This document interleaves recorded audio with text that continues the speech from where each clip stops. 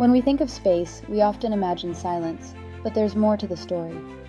While space itself is a vacuum, preventing sound waves from traveling, vibrations can create sound in certain conditions.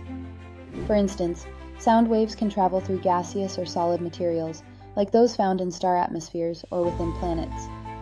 Scientists have converted these vibrations into audible sound waves, revealing a cosmic symphony.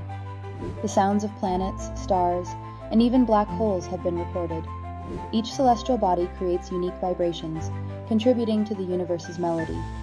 This exploration deepens our understanding of the cosmos and connects us to the vastness beyond Earth.